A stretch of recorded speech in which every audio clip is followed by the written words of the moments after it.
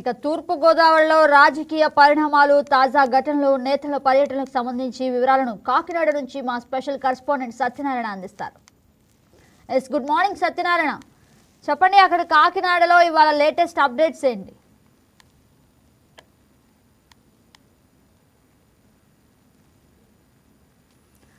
Satyanarayana unmute చేసి మాట్లాడండి, మీ voice వినిపించట్లేదు.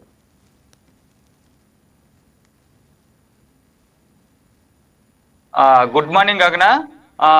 అయితే కల్తీ పాలు సంబంధించి రాష్ట్రంలో దుమారం రేపుతున్న ఈ కల్తీ పాలు వ్యవహారంలో అయితే కల్తీ పాలు ఘటనకు సంబంధించి రాజమహేంద్రవరంలో ఇప్పుడుకొచ్చి ఎటువంటి కేసు అయితే నమోదు లేదు. లేటెస్ట్ గా అయితే మొత్తం 9 బృందాలుగా మొత్తం 110 మందికి మళ్ళీ టెస్టులు చేయించి ఎటువంటి అన్ని వైద్యపరంగా కూడా అన్ని టెస్టులు కూడా నిర్వహించారు. దాంతో పాటుగా కూడా ప్రతి వీధికి వెళ్ళి కూడా ఏఎన్ఎంలు ఆశా వర్కర్లు కూడా ఈ పరీక్షలు అయితే నిర్వహిస్తున్నారు. దాంతో పాటుగా కూడా రాష్ట్ర ప్రభుత్వం ఈ అనేక విధాలుగా కూడా ఇక్కడ రాజమండ్రి చుట్టుపక్కల ప్రాంతాల నుంచి కూడా అనేక కేంద్రాల నుంచి వస్తున్న పాలని కూడా అధికారులు ఎప్పటికప్పుడు కూడా తనిఖీ చేస్తున్నారు. సుమారు నిన్న 200కు పైగా కూడా కేంద్రాలను అయితే తనిఖీ చేశారు. అందులో 100కు పైగా కూడా శాంపిల్ని అయితే అధికారులు అయితే తీసుకుని శాంపిల్ని అయితే పైకి పంపించారు. దాంతో పాటుగా కూడా అక్కడ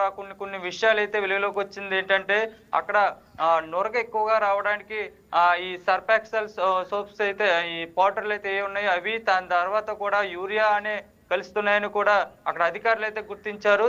దాంతో పాటుగా కూడా ఈ కేంద్రాల్లో ఇలాంటి జరుగుతున్న నేపథ్యంలో కూడా ప్రజలు ఎప్పటికప్పుడు అప్రమత్తంగా ఉండాలని, ఎటువంటి ఏ ప్రాబ్లం వచ్చినా కూడా సత్యనారాయణ, ప్రజలు ప్రాణాలతో చెలగాట వాడుతూ అలాంటి కల్తీ పాలను విక్రయిస్తున్న వారిపై అధికారులు ఏ విధమైన చర్యలు తీసుకునే అవకాశం ఉంది?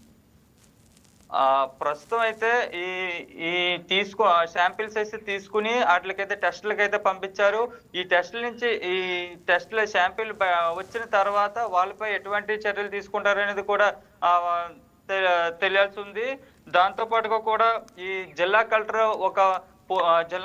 కీర్తి చేకూరి ఒక ఫోన్ నెంబర్ అయితే జిల్లా వాసులకైతే తెలిపారు. ఎటువంటి సమస్యలున్నా కూడా 9440600060కి కూడా ఈ ఫిర్యాదులు అయితే చేయవచ్చునని కూడా జిల్లా వారికి అయితే తెలిసిందని చెప్పుకోవచ్చు. అయితే ఇంకోటి ఏంటంటే మా తూర్పుగోదావరి జిల్లాలో స్వయంగా వెలిసిన కోరకొండ శ్రీ లక్ష్మీ నరసింహస్వామి ఆలయ మహోత్సవాలు ఈ రోజు నుంచి 5 రోజుల పాటు కొనసాగుతుంది. దాంతో పాటుగా కూడా ఈ కోరకొండ లక్ష్మీ నరసింహ ఈ మహోత్సవాన్ని చూడడానికి రాష్ట్రం నలుమూల నుంచి కూడా పెద్ద ఎత్తున తరలి వస్తారు. రేపు రథోత్సవంతో పాటుగా కూడా పెద్ద ఎత్తున అనేక రథోత్సవాలు కూడా జరగడంతో పాటు కళ్యాణ వేడుకలు కూడా జరగనున్నాయి. దాంతో పాటుగా కూడా ఈ వ్యవహారం అంతా మొత్తం అన్నవరం దేవస్థానం ఆధ్వర్యంలో జరుగుతుందని చెప్పుకోవచ్చు. కాగా right Satyanarayana, thank you for the update.